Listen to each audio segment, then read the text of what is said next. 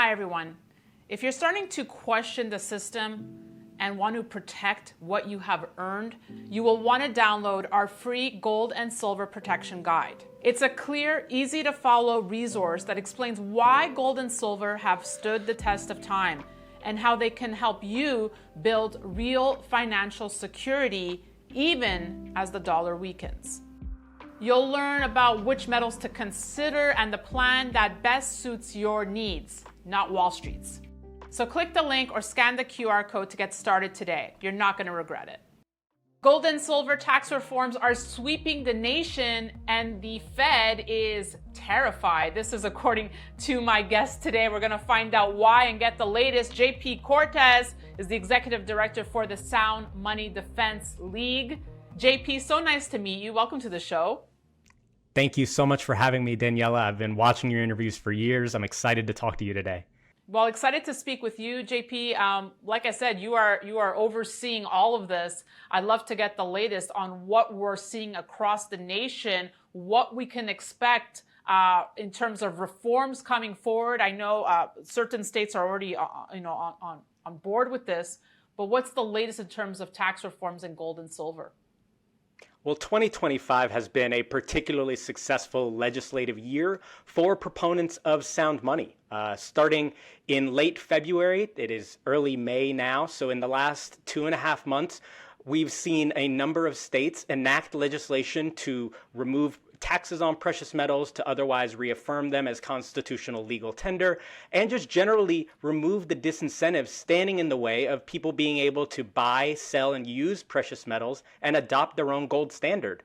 So like you mentioned, this year, 2025, started with Wyoming. In late February, Wyoming passed a physical gold reserve bill where the state of Wyoming decided they were going to invest $10 million in physical gold stored within their state as a hedge against inflation on their balance sheet. They realized that their balance sheet is full of a lot of dollar-denominated debt, much of which had real negative rates of return. So states themselves are also looking to de-dollarize, and they're coalescing around gold and silver as an inflation hedge that's been around for thousands of years, as a non-political inflation-proof money. So starting in Wyoming began the physical gold reserve bill. Then Idaho passed two separate pieces of legislation. The first was to eliminate capital gains tax, state capital gains tax on the sale of precious metal. Idaho had already eliminated the sales tax on precious metals many years ago.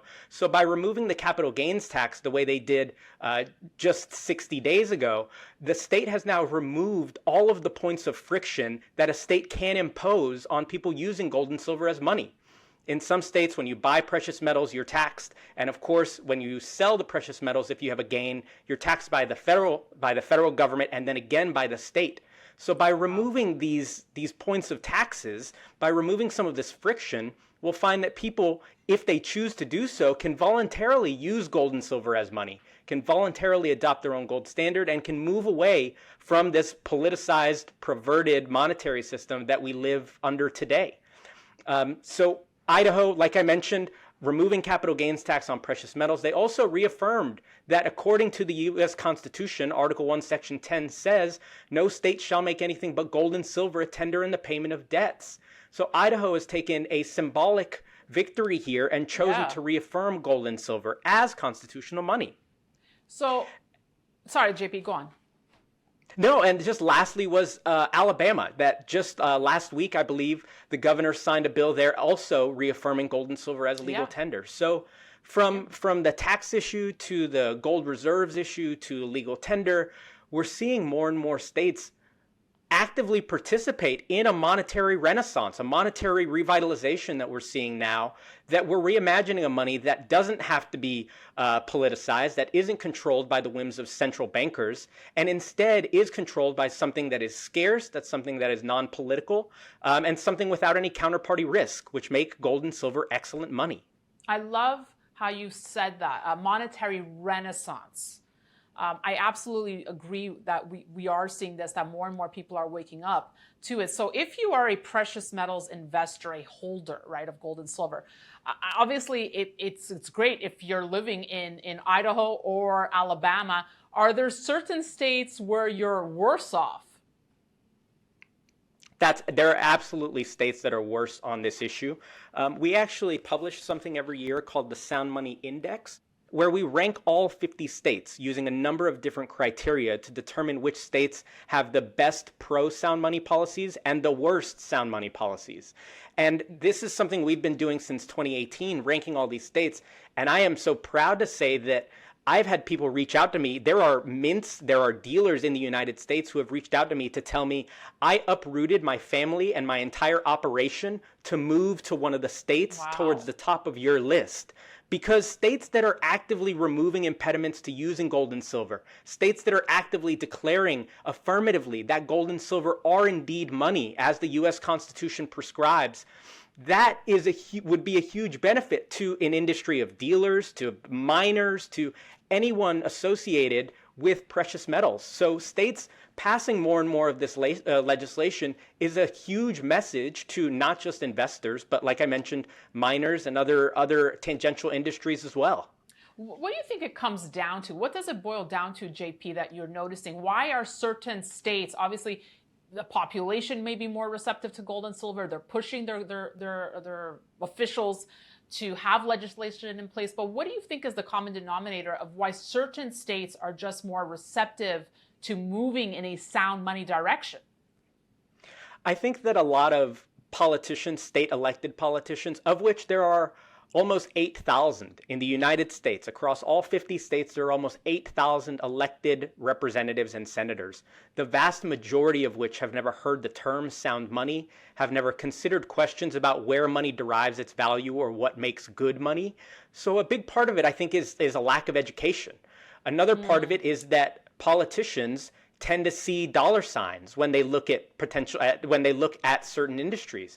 So to tell a politician that we're going to remove sales tax on precious metals, they see that bottom line number and they think within themselves, wait, we're losing our resources, we're losing our funds, why should we be doing this? Exactly. Without understanding, without understanding the constitutional arguments, the historical arguments, all the reasons why gold and silver shouldn't be taxed. Which brings me to my next point, because I know you have stated that the Federal Reserve obviously doesn't want to see these reforms taking place. Could they have any power to stop it? Almost none. The truth is that the monetary dysfunction that we're living under today largely flows from the Federal Reserve and the federal government. But that doesn't mean that there aren't things that states can do to mitigate some of this damage. Like I mentioned, a big part of it, these state tax laws, the taxes that pertain to the buying and selling and using of gold and silver, are typically imposed by the state themselves. So the federal government, while they do obviously deal with monetary policy, the rules and the laws that govern whether or not people can buy precious metals without tax, or people can sell precious metals without tax, or, for example, we've talked a lot about taxes, but it's not just taxes. In some states, they impose really onerous regulations on dealers. For example, in some states, if I were to walk into a dealer in, say, Ohio, and sell them a Canadian maple leaf, they would buy it from me. They would take down my name, they would take down my phone number, my email address, my hair color, my height, my eye color, any distinct features. They would take all this information, tattoos, piercings, anything about me, and then every day by law, they're statutorily required to upload all of this information to a police database. And that police database sits there with information from people who are just buying and selling precious metals, people who are not committing crimes, but this information gets stored in this government database. So even the regulatory side, it imposes disincentives and these regulations that are really onerous, not just to the dealer, but to the individual. Wow. I want to bring up what we saw in Spain this past week, and why people are waking up to what is sound money and the importance of owning sound and real money. There was a blackout, if people didn't see the news, and folks were scrambling. They couldn't get cash out of their bank accounts. I also want to bring up another piece to the puzzle, that if you're now pulling out large amounts of cash, and we don't know if these two are correlated, but I do think the timing is fishy, that if you do pull out large amounts of cash from Spain now, and I mean as little or as low as 3,000 euros, there are strict controls. You can't just take out 3,000 euros or more from a Spanish bank. You must now notify Spain's tax agency in advance. If you're planning to take out 100,000 or more, you'll need to at least give 72 hours notice. And if you don't do this, you could now face fines of 150,000 euros. So we have these fines in place if you're planning on taking cash withdrawals and you don't notify Spain. At the same time, there's this major power outage and people are unable to get cash out of their banks, panic in the streets. And I have friends living in Spain who have confirmed to me that this is what took place, especially in Madrid. So just speak to me a little bit about why it's so crucial to own instruments of finance outside of the traditional system, JP. Well, I'll say that to start, I love both Spain and Portugal, having spent time in both countries earlier this year and late last year. And it was devastating to hear about what was happening there. It was really interesting, Daniela, what you just brought up, these regulations, these restrictions to people using and acquiring their own money out of banks. Of course, the United States has things not unlike this. There are all sorts of reporting requirements between between anti-money laundering laws, between know your customer laws. There are a lot of tracking. There's a lot of tracking that already happens here in the United States as well. So this is obviously a global risk. The powers that be, the central bankers, don't necessarily want you using their money outside of their approved rails. And if you do, you're going to have to pay taxes or you're going to have to report it. This speaks to, I think, the importance of sound money and the folly of digital currency, asset-backed digital currency, CBDCs, like is being considered all across the world. Like you said, people woke up in Spain and in Portugal and they had no power. They had no access to their bank accounts. They had no means of which to acquire food or to reach out to other people. So, and this is a horrible situation. And this is exactly why money as a cultural innovation came to be, because money is a communicative tool. It's a tool that human beings use to express their wants and desires and their means. So when you're unable to do this, when the internet rails that exist, if mostly digitally, the way they exist today, when those disappear, you're only left with the tangible. And if you have gold and silver, if you have fractional metals, if you have the importance of sound money is highlighted here, because this is such a modern example of how, despite us living in debatably the richest time in American history, we're very privileged to enjoy things like electricity and these rails that the financial system live on.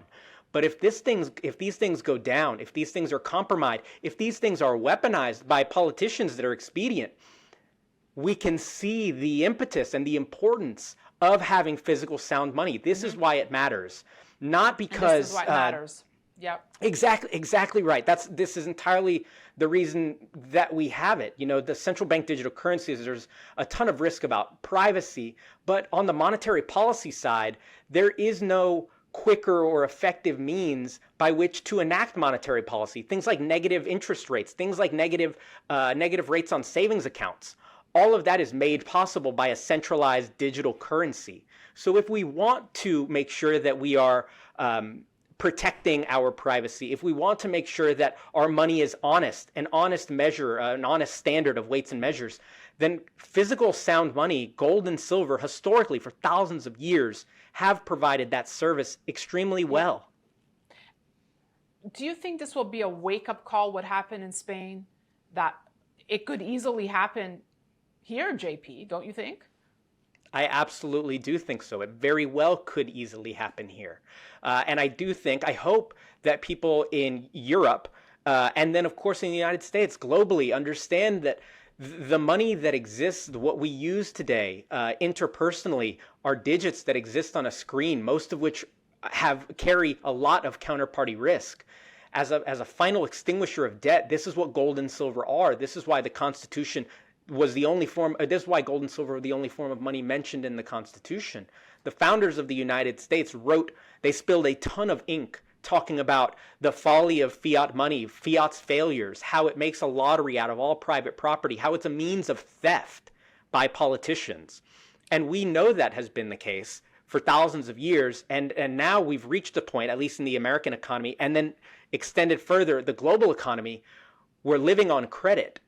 Nothing here is real anymore. And all of this has to liquidate. All of this malinvestment eventually has to flow out of the system. Exactly. And what we're seeing is in the United States, in BRICS countries, adversaries to the United States, and not even adversaries, just generally countries around the world, they're all coalescing around gold and silver. Just final point, JP, because I know you've done a lot of writing on this, that you're in favor of ending the Fed. That's great. But above all for you, it's restoring sound money and getting folks educated on this, correct? Is that a good summation of that? That has to be the end goal. Ending the Fed is a very exciting thing to talk about. You hear chants of it all around or among freedom-minded people. And Donald Trump, Elon Musk, a lot of people recently have been shining a light on what the Federal Reserve does, on how it's a unelected cartel, on how the American people didn't sign up for this. And so ending the Federal Reserve would be a great benefit to sound money and to America and to the world as a whole, but that cannot be the end goal.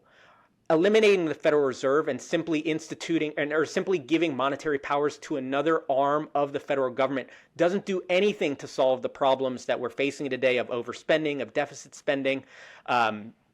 And so the answer has to be to restore sound money. And honestly, the answer doesn't necessarily mean that the answer has to be Congress has to pass legislation reimposing a gold standard, or Congress has to fix the dollar to a certain weight of gold.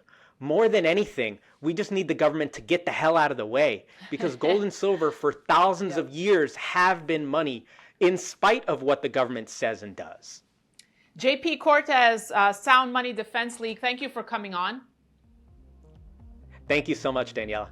And thank you for watching. We'll have more coming your way. Be sure to stay tuned to the Daniela Cambone Show here on ITM Trading. Thanks for watching.